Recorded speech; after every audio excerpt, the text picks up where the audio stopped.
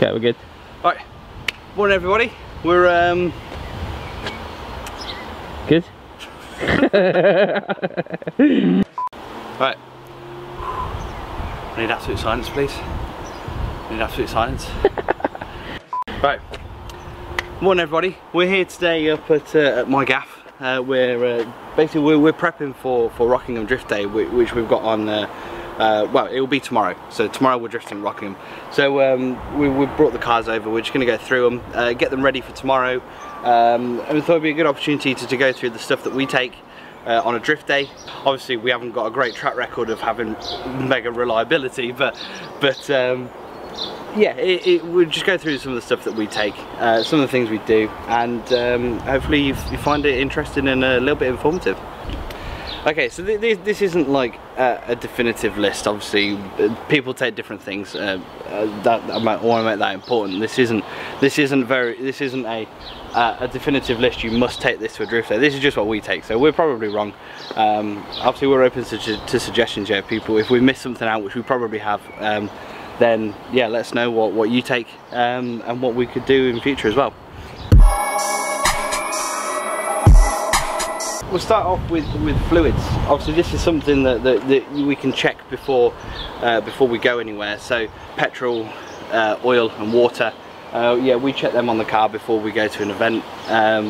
Obviously fuel, we fill up them like the night before, so we usually have quite a drive anywhere. We usually brim the tank before we start the journey, so that we're not drifting on a full tank of fuel. Which yeah, obviously helps a little bit for weight and weight distribution and stuff. But usually, a rule of thumb, one tank lasts us like for the whole journey there, the whole day, and most of the drive back. So it's not that bad on fuel. Oil, again, we check before we go anywhere, but we take some spare oil with us as well, just in case we need a top up. Yeah, if anything happens on the day, at least we've got some for an emergency. Coolant, again, if it's going to be hot. Yeah, we always take water with us and a bit of coolant as well, just so we can top the radiators up if we need to, if it's getting a bit warm. Obviously, yeah, the engines are running quite high RPM and stuff. They're getting abused, so they do tend to run quite hot, so it's good to have some water. Alright, so again, next one, obviously they're quite a consumable item on drift cars, is tyres. We're very lucky that we've actually both got a spare set of wheels that we can drift on and have tyres fitted to before we go to an event. So yeah, we've each got a set of wheels, spare wheels. We have we get as many tyres fitted to them before we go as possible, so that we can, obviously when we're at an event, we can minimise the amount of time that we're actually waiting for tyres to be fitted. Get as much done before you can go, basically, is a really good idea. So tyre usage really depends.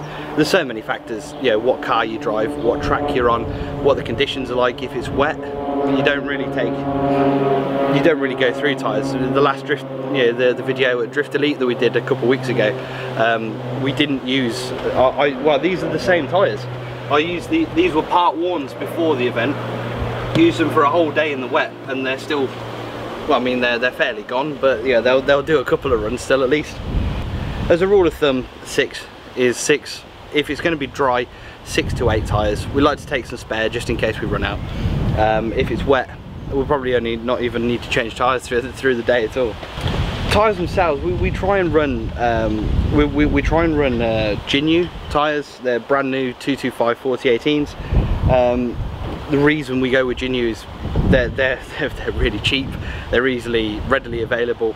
They're nice and soft, so they stretch nicely. They smoke really well, and yeah, they easily fit to all the wheels that we've got. Obviously, we have a bit of stretch on them, and my wheels in particular seem to be quite tricky to fit tyres to.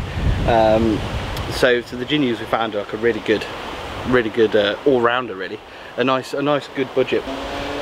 So moving on from the wheels, obviously these wheels don't quite match the specs of my my equips, so I have to run spacers to get the same kind of fitment. So these are Japan Racing JR12s, I think they are.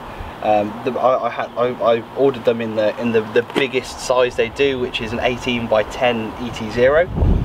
Unfortunately, that still requires a big spacer to fit my big arches, so I have to run a 40mm spacer hub-centric bolt-on spacer.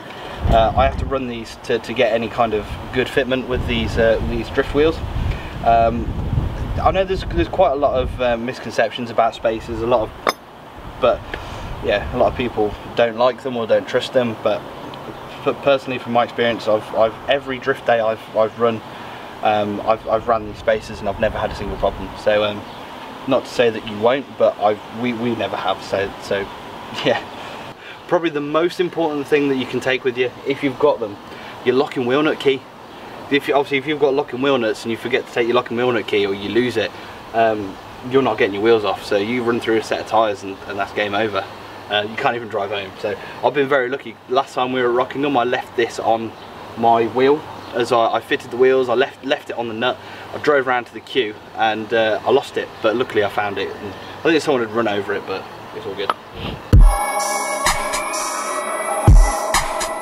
Right, tooling. This is probably a really important thing. Obviously, we'll start off with the jack. We need to get the car up in the air to change the wheels. Our cars are quite low, so we have to run these low entry jacks, which is, yeah, they're not that expensive and they're so practical. Just makes everything so much easier. You don't have to f around with yeah, like planks of wood and everything to get the car in the air. Yeah, get yourself a nice low entry jack. Anything that you could possibly think, really, that could be useful throughout the day on any job that you might need to do, just take it with you. You know, even if it's down to like yeah, snips for your cable ties. You know, they could also be useful for other jobs. Just if you've got anything small like this, I advise just take it with you just in case, because if you need it and you've got it, that's great. It could save you. It could yeah, mean the difference if you get back on track or not. Yeah, they don't take up much space. It's not like you're having to make much compromise. So I've got a along with my my main toolbox that I take with me, which is obviously full of all my sockets, spanners. I also take this bag full of just like miscellaneous tools as well, such as snips. What else have I got? Bit of hammer, more snips, yeah, more snips. Yeah, I just want to point out, so those yellow ones there, they're my snips, and this man has had them for weeks. Me thinking, oh, where's my snips gone? I'm going to have to buy some new ones. He's gone. More snips. Oh. I've even got C-spanners in here, just in case. I don't know.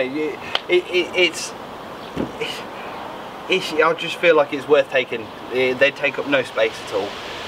It's worth taking just in case you ever need it. So I've got my little bag here, even like spare fuses and stuff, battery terminals, screwdrivers. Obviously, cable ties. We need a lot of. We run a lot of fiberglass and stuff. Again, it's a bit of a drifting stereotype, cable ties, but they are so useful. Even if it's whether it is to stitch up fiberglass or whether it's to hold something up in the engine bay, like anything at all, they're so useful. And again, duct tape as well. If you ever need anything to stick something back on, stick something together, duct tape is brilliant. Yeah. Oh, and again, very important, torque wrench, to do your wheels up, so you don't end up losing a wheel. Yeah, they're going on and off all day, so yeah, it gives you that peace of mind that they are torqued up. They're not going to fall off, and you're not going to end up three-wheeling around the track and end up all over the internet with your battery flying out. Yeah. Oh God. Right. Clothing and what you wear on the day. Different tracks have different guidelines as to what you have to wear. Some tracks allow you to wear short sleeves, so you can have skin exposed, so you can wear t-shirt, shorts, like I love to wear. But other tracks, I know, like Matsuri in particular, and Driftland, yeah, you have to have all your skin covered up, so you can't have any exposed skin. So long sleeve t-shirts, jumpers, trousers that cover all your legs are in order. So it's just important to check that you'll get, when you order tickets to an event or a day, it will specify what you need to take, and it's just, you don't want to turn up wearing the wrong thing and then not be allowed out, because it's just something that's so easily done. when we're driving, I think pretty much every circuit requires you to take a crash helmet. Even if it's not required, it's still kind of advised, just in case you have a crash and you hit your head. It's yeah, we are doing stupid things in cars and we are going quite quick at some time, so yeah, I always wear a helmet anyway. And again, driving gloves, I like to wear my driving gloves. It means I can I think I've just grown used to it now. Yeah, it grip the wheel a little bit better. And if I do have any shit all over my hands, so like from working on the car, then yeah, I don't transfer that onto the steering wheel, or yeah, any grease or something can make my hands slippy. But to try and beat that, I also wear work gloves, like when I'm working on the car, even if it's just taking wheels off, taking them on, putting them on, putting them off, or doing anything. I wear my work gloves just to keep my hands clean, keep them not sticky, not slippy. I mean, this covers everything that we haven't covered before. So starting off with, you know, exhaust bungs. If you I've got quite a loud car. The Nissan's quite loud. It's just a straight through shotgun system. So I take these with me pretty much every event I go to, just in case I need to make it a little bit quieter. Surprisingly, they do have quite a big effect, but it makes the car drive like really badly. It feels real like slow and lethargic. So I try and not fit them, but they're there if I need them. Like food and drink for yourself, it's quite an important one, because you know it is physical. You know, if you're not in the car driving, then you're outside working on the car. So yeah, make sure you take some water for yourself, a drink for yourself, and food. It's normally available at like whatever track you're at. They've always got a calf or something, but yeah, I always take, yeah, make sure I take a bag of snacks and stuff with me, just to eat quickly. I guess the last one will kind of be, make sure you've got some cash with you. So many times we've been to an event and not had cash.